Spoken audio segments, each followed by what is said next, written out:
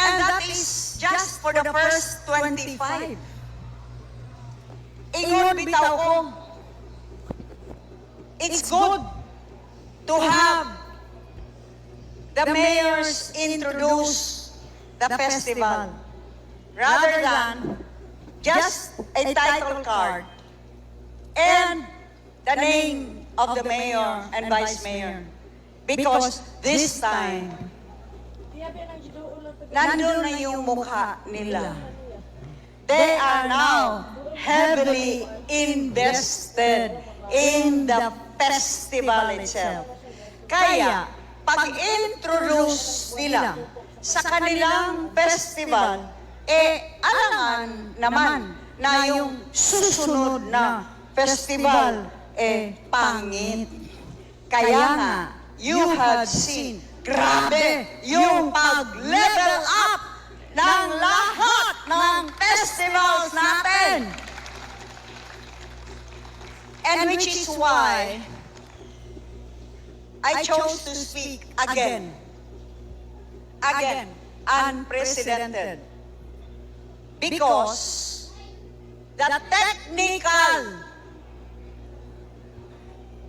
blunders have also been unprecedented. Rest assured, this is not because of our own production staff.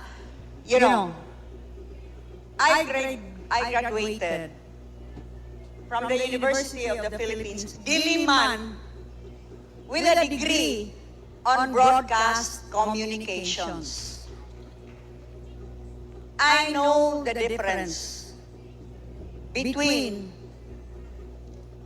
the errors of my production staff and what is purely technical, of which wala mi labot.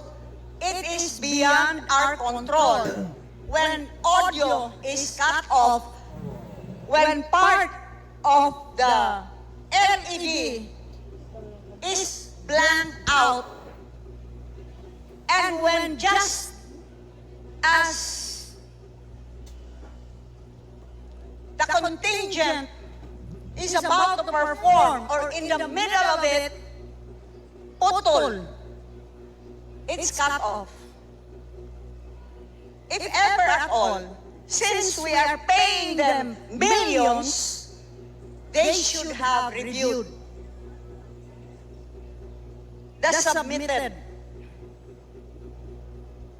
audio videos. That is part of their own complete staff work.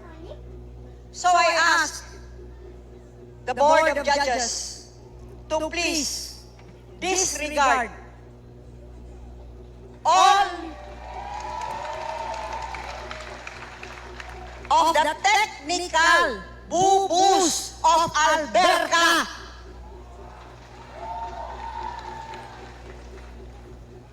And this entire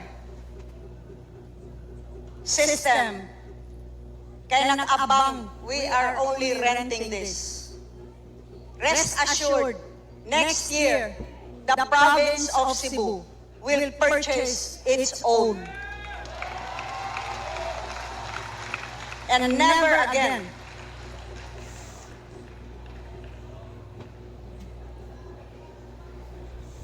will there be reason for any of the contingents to suspect foul play. Nasayod ko, puwerteng paningkamot sa tanan. All mayors, all choreographers, all our performers, all that we want is fair play.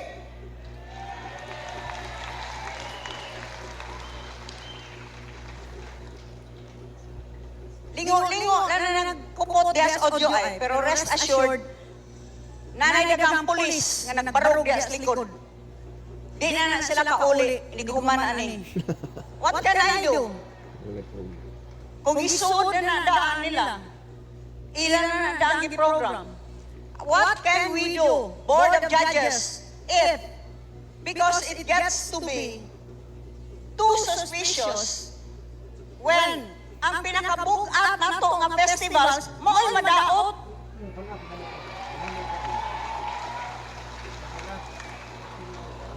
I will not mention. Pero, daghan na tayo, ganina pa. Sige, mention na lang ko. Toledo.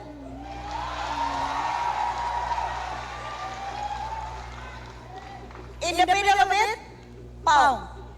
Or even Aluginsan man lang. Or even the introduction sa Bulugon. O sana malang yun mo.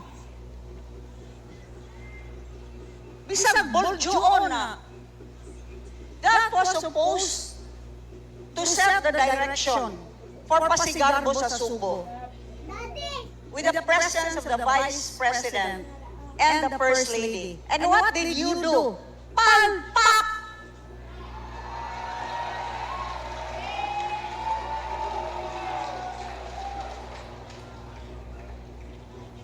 So may I ask, please, do not consider the technical boo-boos over which we have no control, over which our own technical directors, choreographers, we have no control of. Consider the effort. Consider how much all of these performers have continued to work for bisang pagipag nga nag-audio, padayon gihapon o sayaw. I do not know because there are more booked out, mabigat na festivals coming. Parang pinipili doon talaga nagkaka-technical problem yung sa mga mabibigat na festivals. There are 25 more. I trust the professionalism and the discerning eye of our very respected panel of judges. Para malaman, to distinguish between sabotahe ba ito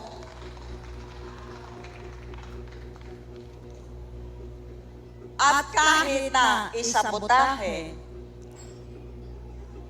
tingni na lang. Tingni kung ano ang capability ng ating mga performers, choreographers, dance masters, propsmen. We have known sobra talaga ang pag-level up ng ating mga municipalities and cities. Congratulations to all of you. Pwede ba? Yun lang hingi ko sa mga judges natin Lumingon naman kayo kahit konting pagtingin. Sana alam, very distinguished at alam naman nila.